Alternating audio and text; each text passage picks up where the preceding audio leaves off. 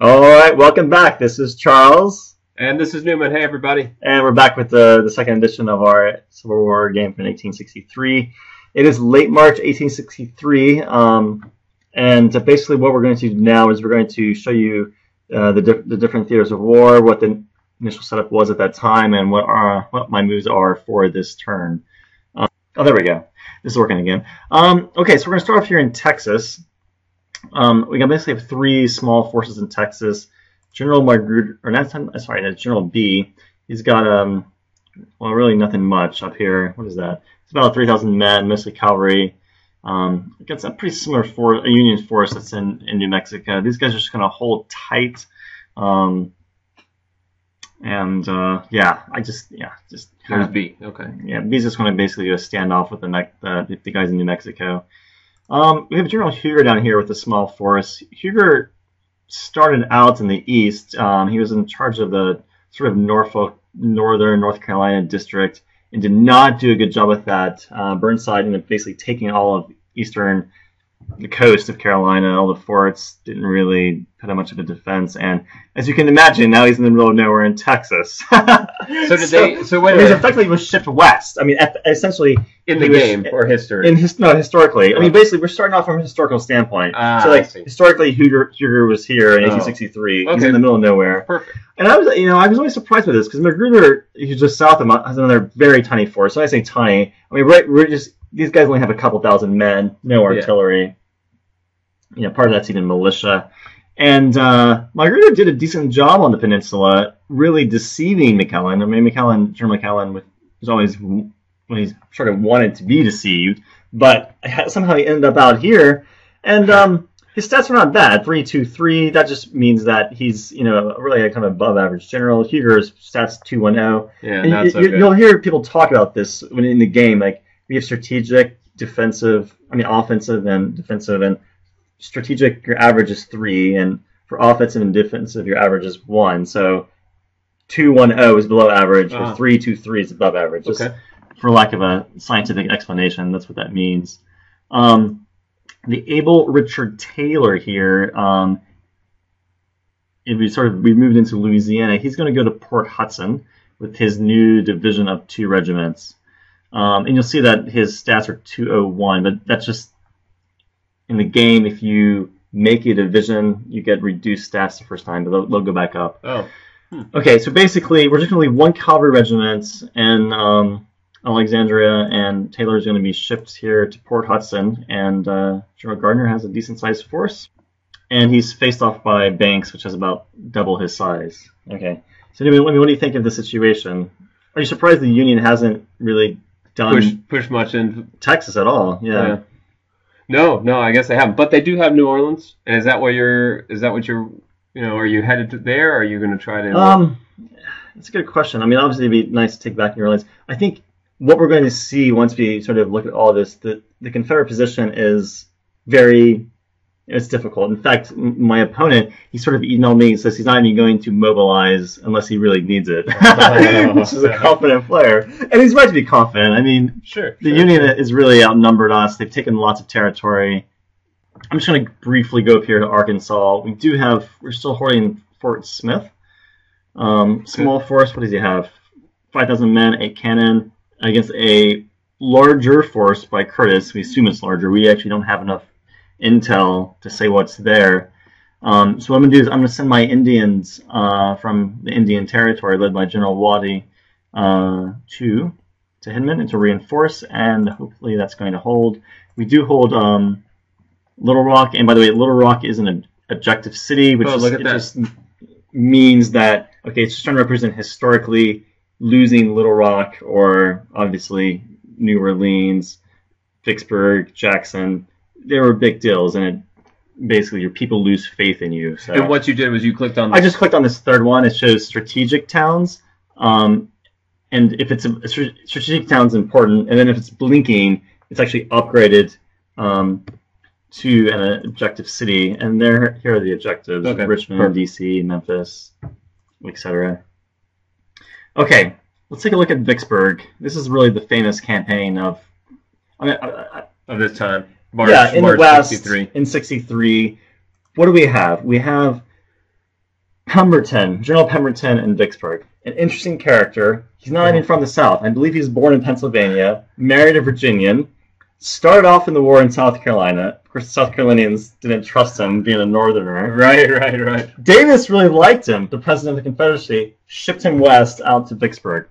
They never really trusted him. And when the battle ended, when they were pushed back into Vicksburg in actual history, they were running in, and the Confederate women were saying, like, shame on you, shame on you. And they were saying, it's General Pemberton's fault. It's all the general's fault.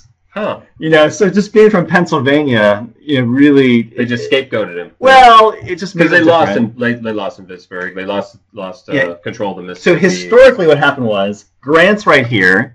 He's got about 60,000 men. Yeah. Okay. Ooh. He goes down here. He's going to cross south of Vicksburg. Mm-hmm. Boats. So basically, the thing with these boats are, at least historically, once they went south, they didn't necessarily have enough steam to get back up. So it could have been a one-way road. Oh, wow. So they risked it, though. They went south. They cut under here through Vicksburg. They basically went and destroyed Jackson, which had been evacuated, destroyed the supplies there. Mm-hmm. And then they pushed Pemberton back into Vicksburg and put him under siege.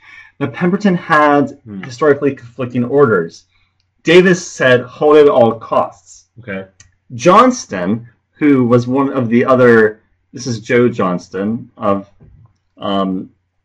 basically one of the top Confederate generals at the time. The reason he was down here in Mobile at the time is because he was injured in the Peninsula Campaign, and he was recovering, and he's just become healthy again. Oh, wow. Because he used to command the Army of Northern Virginia back in 1861, 62. That's where he was there at First Manassas. Yep.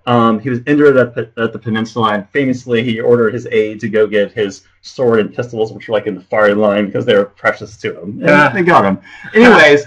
He wanted Pemberton to meet Grant basically in an open field of battle or stop him at the coast here. Don't let him get involved. Because I think what Johnston knew, who was very good at defensive strategy, once they got under siege, it was just a matter of time. They would starve to death. They would be blockaded. The Confederacy did not have a navy that could lift that blockade or bring in other supplies. So he knew that the siege was like a no-go. The siege would have been...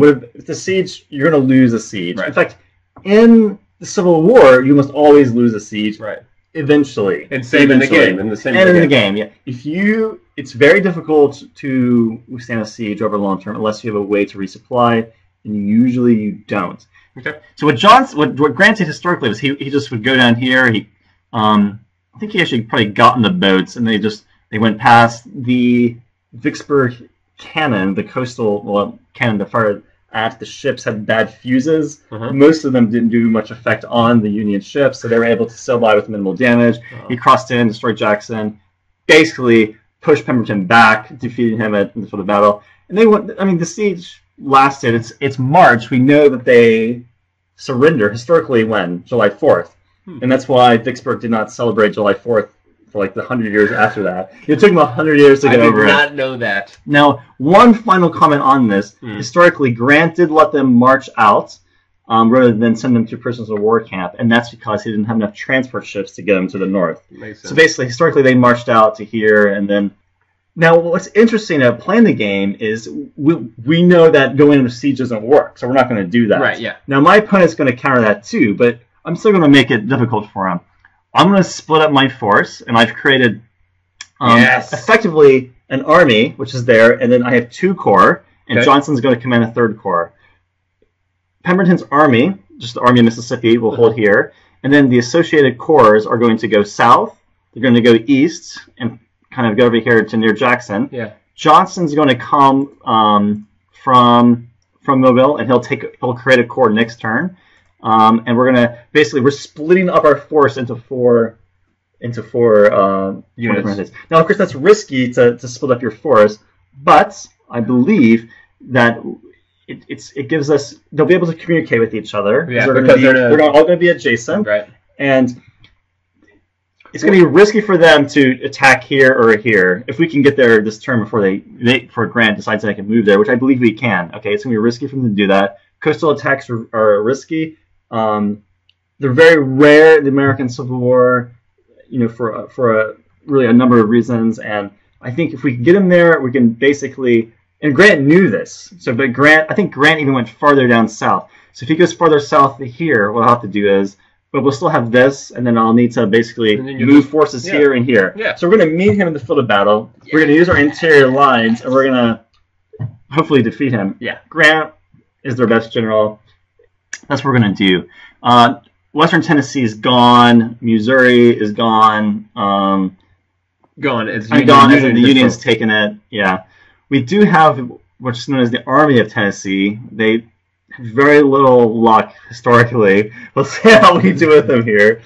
And basically, well, the Union's just trying to push down to Chattanooga and Atlanta. Let me just bring up strategic. There's Chattanooga. There's Atlanta. So that's what they're. I mean, I can.